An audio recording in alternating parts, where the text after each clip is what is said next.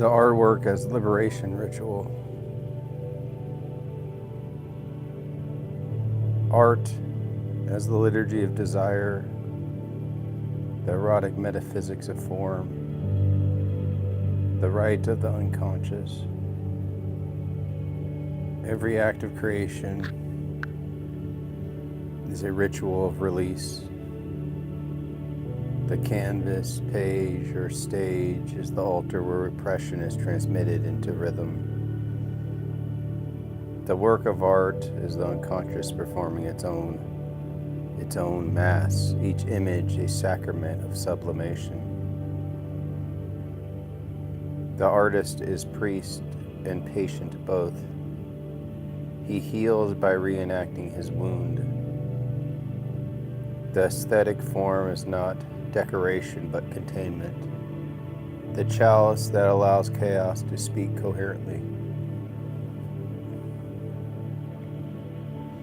The pleasure principle is not hedonism but ontology, the pulse of being seeking manifestation.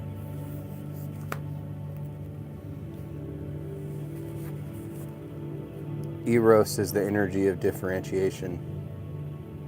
It divides to unite, it shapes to share. Every brushstroke, every phrase, every tone is the redistribution of psychic energy from repression to communion. Civilization demands inhibition. Art answers with expenditure. The highest beauty is excess made meaningful. Play is the first ritual. Repetition without purpose. Pleasure without possession. The child at play invents the metaphysics of art. The metaphysics of art form as freedom under voluntary constraint. The artist is that child who never consented to grow into obedience. Play transforms necessity into style. What must be done becomes dance. The mature creator restores innocence through mastery, the discipline that enables abandonment. From the erotic body of thought, form is the erotic body of thought. It curves where reason would straighten, delays where logic would conclude. Every aesthetic structure is a choreography of arousal and restraint.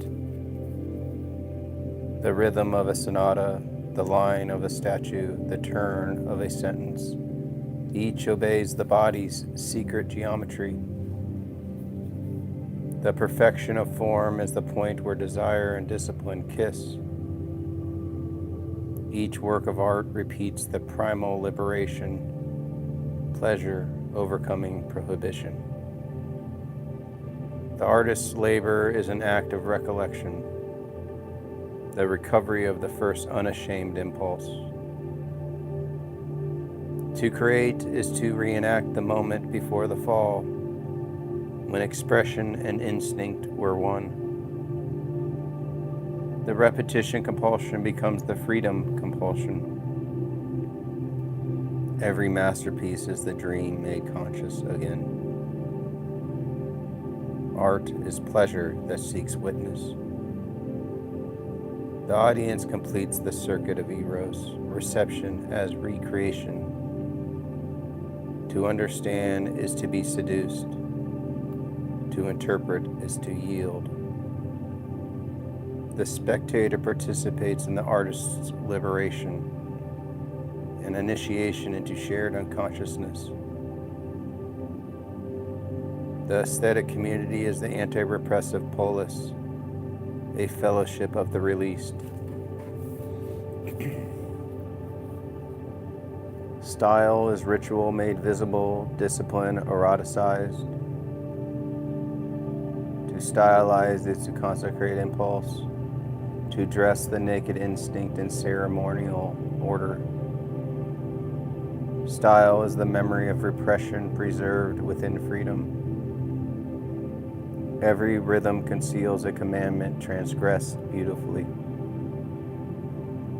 The style of culture reveals what it dares to enjoy.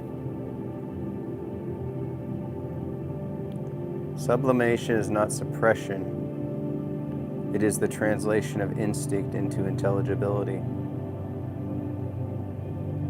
Salvation lies not in denial, but in transfiguration. The artist's task is to eroticize the intellect, to make thought feel.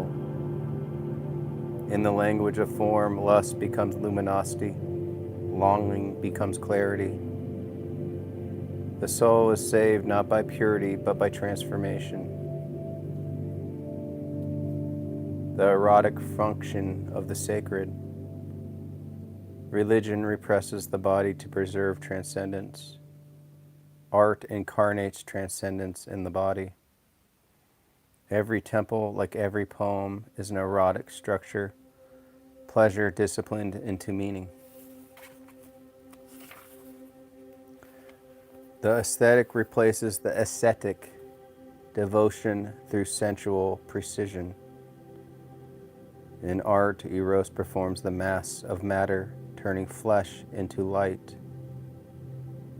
To make beauty is to pray with the body.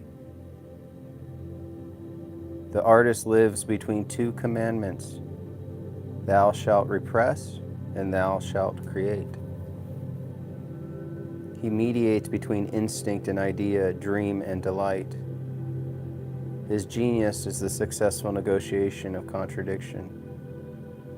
His vocation to make the unconscious conscious without destroying its mystery.